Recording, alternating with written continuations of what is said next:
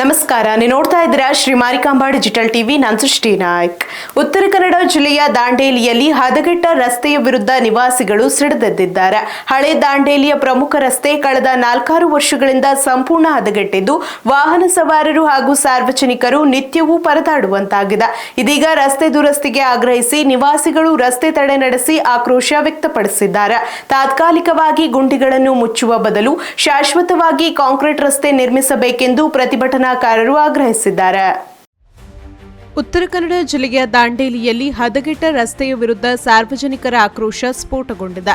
ಹಳೆ ದಾಂಡೇಲಿಯ ಪ್ರಮುಖ ರಸ್ತೆ ಕಳೆದ 4-6 ವರ್ಷಗಳಿಂದ ದುಸ್ಥಿತಿಯಲ್ಲಿದ್ದು ಇದೀಗ ರಸ್ತೆ ತಡೆ ನಡೆಸಿ ನಿವಾಸಿಗಳು ಪ್ರತಿಭಟನೆ ನಡೆಸಿದ್ದಾರೆ.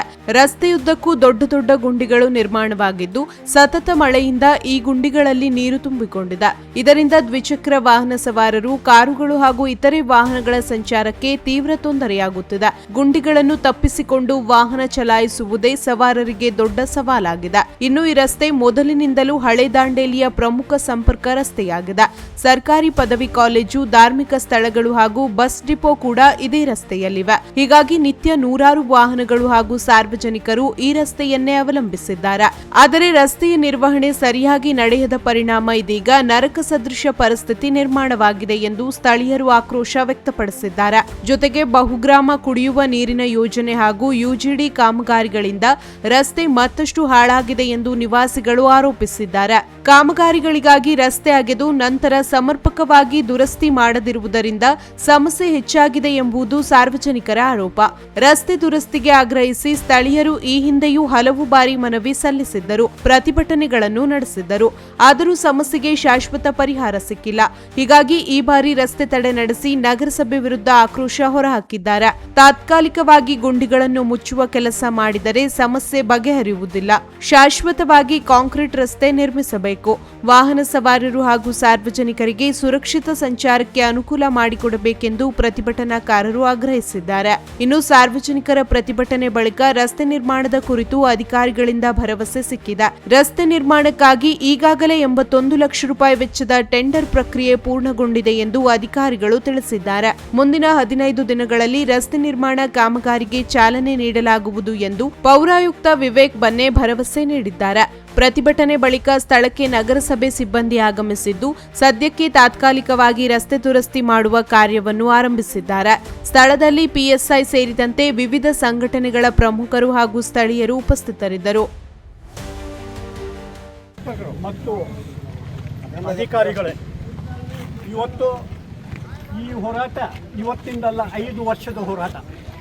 ಇವತ್ತು ನಮ್ಮ PSI ಸಾಹೇಬರು ಬಂದ್ಕೊಳ್ಳೆ ಇಲ್ಲ ರಸ್ತೆ ರೋಕು ಮಾಡಬೇಡ್ರಿ, ಇದು ಮಾಡಬೇಡ್ರಿ ಅಂತೇಳಿ ಹೇಳ್ತಾ ಇದ್ದಾರೆ. ಕರೆಕ್ಟ್, ಅವರು ಕಾನೂನು ಪ್ರಕಾರ ಕರೆಕ್ಟ್. ಇವತ್ತು ಇಲ್ಲಿ ಜನ ಪರಿಸ್ಥಿತಿ ಏನಿದೆ, ಆ ಬಸ್ ಸ್ಟ್ಯಾಂಡ್ ಹಳೆ ಡಿಪೋದಿಂದ ಇಲ್ಲಿವರೆಗೆ ಒಂದು ರಿಕ್ಷಾ ಬರುವಂಥದ್ದಿಲ್ಲ. ರಿಕ್ಷಾ ಬಂದರೆ 100 ರೂಪಾಯಿ ಗಳಿಸಿದ್ರೆ 300 ರೂಪಾಯಿ ಖರ್ಚು ಮಾಡಬೇಕು.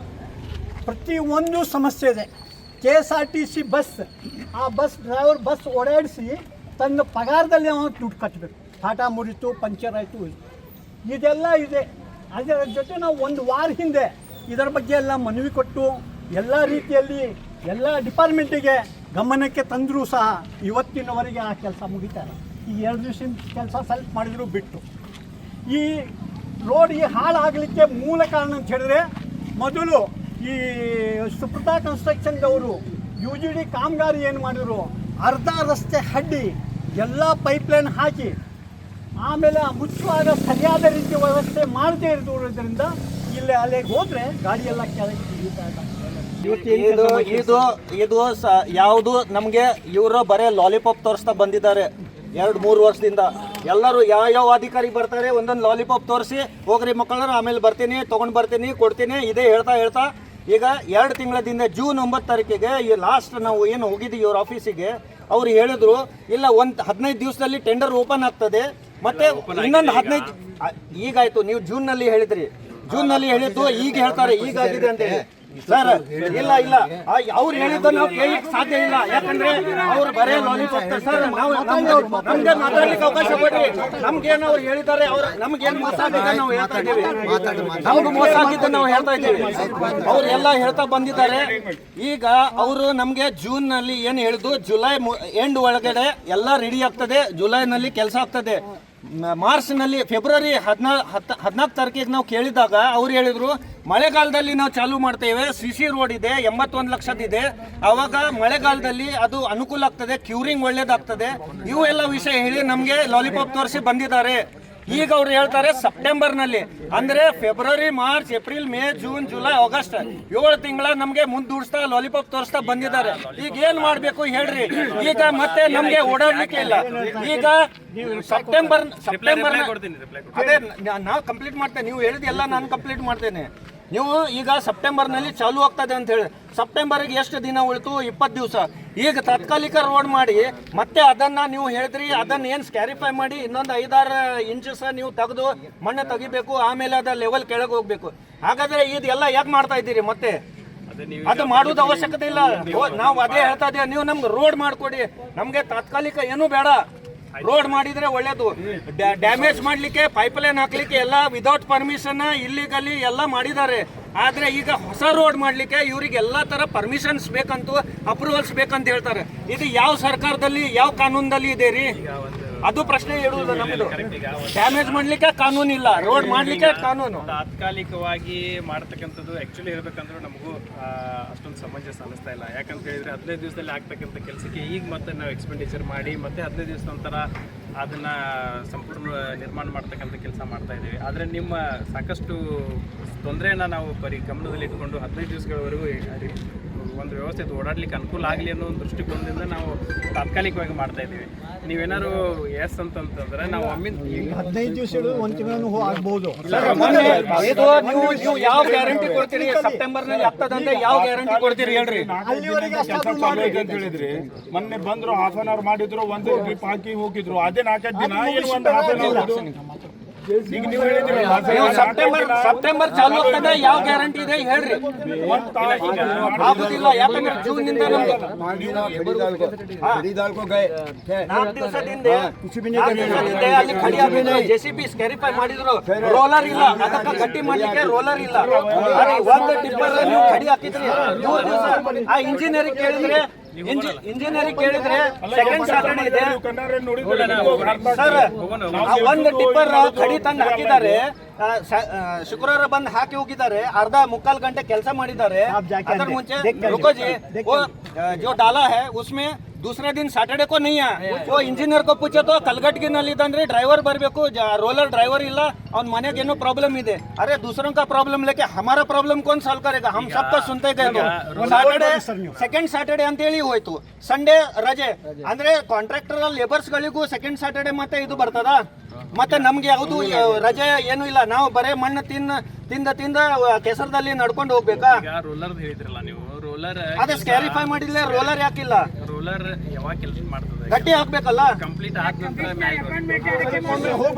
ಕಂಪ್ಲೀಟ್ ಆದ ನಂತರ ರೋಲಿಂಗ್ ಮಾಡ್ಬೇಕಲ್ಲ. ರೋಲಿಂಗ್ ಫಸ್ಟ್ ಮಾಡಿ ಅಲ್ಲಿಂದ ಮಾಡಿ ಅರ್ಧ ರಸ್ತೆ ಏನು ಮಾಡಿಲ್ಲ ಅಂದ್ರೆ ಕಾಣ್ಬೇಕಲ್ಲ. ಎಲ್ಲರಿಗೂ ನಮಸ್ಕಾರ. ಹಳೆ ದಾಂಡೇಲಿ ಜನರಿಗೆ ಎಲ್ಲರಿಗೂ ತಮ್ಮೆಲ್ಲರಿಗೂ ಕೂಡ ಮೊದಲನೇದಾಗಿ ನಮಸ್ಕಾರ. ಈಗ ಕಳೆದ 5 ವರ್ಷಗಳಿಂದ ಈ ರಸ್ತೆ ಪರಿಸ್ಥಿತಿ ಬಗ್ಗೆ ನಾನು ಬಂದ ತಕ್ಷಣ ನಮಗೆ ಗೊತ್ತಾಗಿತ್ತು. ಅದರಲ್ಲಿ 2023-2022ನೇ ಸಾಲಿನಲ್ಲಿ ನಗರೋತ್ಥಾನ ಅಂತ ಯೋಜನೆ ಇತ್ತು. ಆ ನಗರೋತ್ಥಾನ ಯೋಜನೆಯಲ್ಲಿ ಸ್ವಲ್ಪ ಡಿಲೇ ಆಗಿತ್ತು. ಬಟ್ ಈ 1 ವರ್ಷದಲ್ಲಿ ನಾವು ಅದನ್ನು ಫಾಲೋ ಅಪ್ ಮಾಡಿ ಫಸ್ಟ್ ಡಿಪೋಟ್ದಿಂದ ಪಟೇಲ್ ನಗರ್ವರೆಗೂ ಏನು ರಸ್ತೆ ಇತ್ತು ಅದು ಆಲ್ರೆಡಿ ಕಂಪ್ಲೀಟ್ ಆಗಿದೆ, ತಮ್ಮೆಲ್ಲರಿಗೂ ಗೊತ್ತಿರ್ತಕ್ಕಂಥ ಮಾಹಿತಿ. ಅಲ್ಲಿ ಡಾಂಬರ್ ರಸ್ತೆ ಇತ್ತು.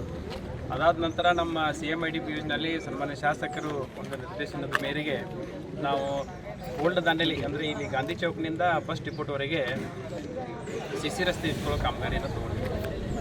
ಅದರದ್ದು ಎಲ್ಲ ಪ್ರೊಸೀಜರಲ್ ಆಸ್ಪೆಕ್ಟ್ಸ್ ಎಲ್ಲ ಮುಗಿದೋಗಿದೆ. ಈಗ ಅಪ್ರೂವಲ್ಗೋಸ್ಕರ ಹೋಗಿದೆ. ಇನ್ನೊಂದು ಮ್ಯಾಕ್ಸಿಮಮ್ ಒಂದು 10-12 ದಿವಸದಲ್ಲಿ ಅದು ಅಪ್ರೂವಲ್ ಆಗಿ ಕೆಲಸ ಪ್ರಾರಂಭ ಆಗ್ತಕ್ಕಂಥ ಎಲ್ಲ ಚಾನ್ಸಸ್ಗಳು ಇದೆ. ಇಷ್ಟು ದಿವಸ ತಮ್ಮೆಲ್ಲರಿಗೂ ಗೊತ್ತಿದೆ, ಸರ್ಕಾರಿ ವ್ಯವಸ್ಥೆಯಲ್ಲಿ ಯಾವುದೇ ಒಂದು ಕೆಲಸ ಮಾಡಬೇಕು ಅಂತಂದರೆ ಅದಕ್ಕೆ ಸೆಟ್ ಆಫ್ ಪ್ರೊಸೀಜರ್ಸ್ ಇರ್ತದೆ. ಆ ಪ್ರೊಸೀಜರ್ಸ್ ಎಲ್ಲ ಕಂಪ್ಲೀಟ್ ಆಗಿಬಿಟ್ಟಿದೆ. ಇನ್ನೇನು ವರ್ಕ್ ಆರ್ಡ್ರ್ ಕೊಡೋದು ಮಾತ್ರ ಬಾಕಿ ಇದೆ. ಅಪ್ರೂವಲ್ ಸ್ಟೇಜಲ್ಲಿದೆ. ಒಂದು 10-12 ದಿವಸದ ಅವಧಿಯಲ್ಲಿ ಕಂಪ್ಲೀಟ್ ಅಪ್ರೂವಲ್ ಪ್ರೊಸೀಜರ್ ಎಲ್ಲ ಮುಗಿದು ಹೋಗ್ತದೆ. ಅದಾದ ನಂತರ ಇಲ್ಲಿ CC ರೋಡ್ 81 ಲಕ್ಷ ರೂಪಾಯಿ ಇಟ್ಕೊಂಡಿದ್ದೇವೆ. 81 ಲಕ್ಷ ರೂಪಾಯಿದಲ್ಲಿ ಗಾಂಧಿ ಚೌಕದಿಂದ ಫಸ್ಟ್ ಡಿಪೋಟ್ವರೆಗೂ CC ರಸ್ತೆ ಕಾಮಗಾರಿ ಪ್ರಾರಂಭ ಆಗ್ತದೆ ಅಂತಕ್ಕಂಥ ವಿಶ್ವಾಸವನ್ನು ತಮ್ಮೆಲ್ಲರಿಗೆ ನಾನು ವ್ಯಕ್ತಪಡಿಸ್ತೀನಿ. ಒಂದು ಟೆಂಪರರಿಯಾಗಿ ನೀವು ಮೊನ್ನೆ ನೀವು ಸತತವಾಗಿ ನಮಗೆ ಮನವಿ ಕೊಡ್ತಾನೆ ಬಂದಿದ್ದೀರಾ ಉಳ್ಳದಾಂಡೇಲಿ ಎಲ್ಲ ನಾಗರಿಕರು.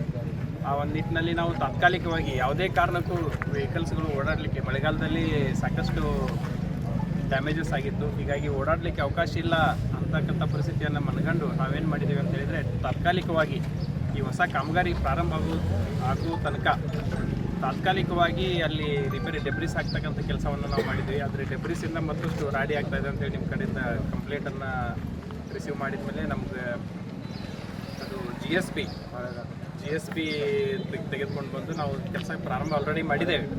ಈಗ ನಿಮ್ಮ ಟೆಂಪರರಿಯಾಗಿ ನಾವು ಈ ವಾರದಲ್ಲಿ ಕೆಲಸ ಮುಗಿಸ್ಕೊಟ್ಬಿಡ್ತೀವಿ, ನಿಮಗೆ ಓಡಾಡಲಿಕ್ಕೆ ಏನು ತೊಂದರೆ ಇಲ್ಲ. ಒಂದು 15 ದಿವಸದೊಳಗಡೆ ನಾವು ಈ ಕಾಮಗಾರಿಯನ್ನು CC ರಸ್ತೆ ಮಾಡ್ತಕ್ಕಂಥ ಒಂದು ಕಾಮಗಾರಿಯನ್ನು ಪ್ರಾರಂಭ ಮಾಡ್ತೀವಿ. ಅದಾದ ನಂತರ ಒಂದು ಸಲ CC ರಸ್ತೆ ಆಯಿತು ಅಂತ ಹೇಳಿದರೆ ವರ್ಷಾನುಗಟ್ಟಲೆ ನಿಮಗೆ ಯಾವುದೇ ತೊಂದರೆ ಆಗೋದಿಲ್ಲ.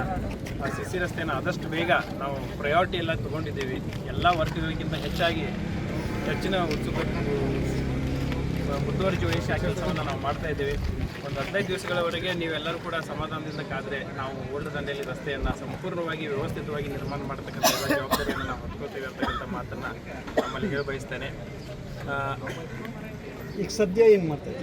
ಈಗ ಆಲ್ರೆಡಿ 3-4 ದಿವಸಗಳಿಂದ ನಮ್ಮದು ಟೆಂಪರರಿ ಎಲ್ಲೆಲ್ಲಿ ಪಾಟ್ ಹೋಲ್ಸ್ ಬಿದ್ದಿದೆ, ಎಲ್ಲಿ ನಿಜವಾಗ್ಲೂ ಸಮಸ್ಯೆ ಅಂದರೆ ಬಸ್ಗಳು ಓಡಾಡೋಕ್ಕಾಗ್ತಾ ಇಲ್ಲ, ಹೆವಿ ವೆಹಿಕಲ್ಸ್ ಓಡಾಡೋಕ್ಕಾಗ್ತಾ ಇಲ್ಲ, ಅಲ್ಲಿ ತಾತ್ಕಾಲಿಕವಾಗಿ ರಿಪೇರಿ ಮಾಡ್ತಕ್ಕಂಥ ಕೆಲಸ ಸ್ಟಾರ್ಟ್ ಇದೆ. ಇವತ್ತೂ ಅದನ್ನು ಮುಂದುವರಿಸ್ತೇವೆ. ಈ ವಾರದಲ್ಲಿ ಅದನ್ನು ತಾತ್ಕಾಲಿಕವಾಗಿ ರಿಪೇರಿ ಮಾಡ್ತಕ್ಕಂಥದ್ದೆಲ್ಲ ನಾವು ಮಾಡ್ತಾ ಇದ್ದೀವಿ. ಅದು ಕೂಡ ಅಪ್ರೂವಲ್ ಕೂಡ ಮಾಡ್ಕೊಂಡಿದ್ದೀವಿ. ತಾತ್ಕಾಲಿಕವಾಗಿ ರಿಪೇರಿ ಮಾಡ್ತಕ್ಕಂಥ ಕೆಲಸವನ್ನು ಈ ಪ್ರಾರಂಭ ಆಗಿದೆ. ಈ ವಾರದಲ್ಲಿ ಕಂಟಿನ್ಯೂಸ್ ಆಗಿ ಮುಂದುವರಿಸ್ತೇವೆ. ಈಗ ಆಲ್ರೆಡಿ ನೀವು ನೋಡಿದ್ದೀರಾ GSB ಎಲ್ಲ ಅದು ಕಡಿ ಎಲ್ಲ ಪರ್ಚೇಸ್ ಮಾಡಿ ನಾವು ಹಾಕ್ತಾ ಇದ್ದೀವಿ ಎಲ್ಲೆಲ್ಲಿ ಅವಶ್ಯಕತೆ ಇದೆ ಅಲ್ಲಿ. ಬಟ್ 15 ದಿವಸದಲ್ಲಿ ಇದು ತಾತ್ಕಾಲಿಕ ಮಾಡೋದ್ರಿಂದ ನಿಮ್ಮ ಸಂಪೂರ್ಣ ರಸ್ತೆ ಮರು ನಿರ್ಮಾಣ ಆಗೋದಿಲ್ಲ. ಆದರೆ CC ರಸ್ತೆ ಇಟ್ಕೊಂಡಿರೋದು ಕಾರಣನೇ ಅದು. ಆಮೇಲೆ ತಮ್ಮೆಲ್ಲರಿಗೂ ಗೊತ್ತಿರುವಂತೆ ಅಮೌಂಟ್ ಎಷ್ಟು ಇರ್ತದೆ ಅಷ್ಟು ಹೆಚ್ಚು ಪ್ರೊಸೀಜರ್ಸ್. ಒಂದು 15 ಲಕ್ಷ ರೂಪಾಯಿ ಒಳಗಡೆ ಒಂದು ಪ್ರೊಸೀಜರ್ ಇರ್ತದೆ, 50 ಲಕ್ಷ ರೂಪಾಯಿ ಒಳಗಡೆ ಒಂದು ಪ್ರೊಸೀಜರ್ ಇರ್ತದೆ, 50 ಲಕ್ಷ ದಾಟಿದ ನಂತರ ಸ್ವಲ್ಪ ಹೆಚ್ಚಿನ ಪ್ರೊಸೀಜರ್ ಇರ್ತದೆ. ತಾವೆಲ್ಲರೂ ಕೂಡ ಭಾಳಷ್ಟು ಜನ ಮಾಜಿ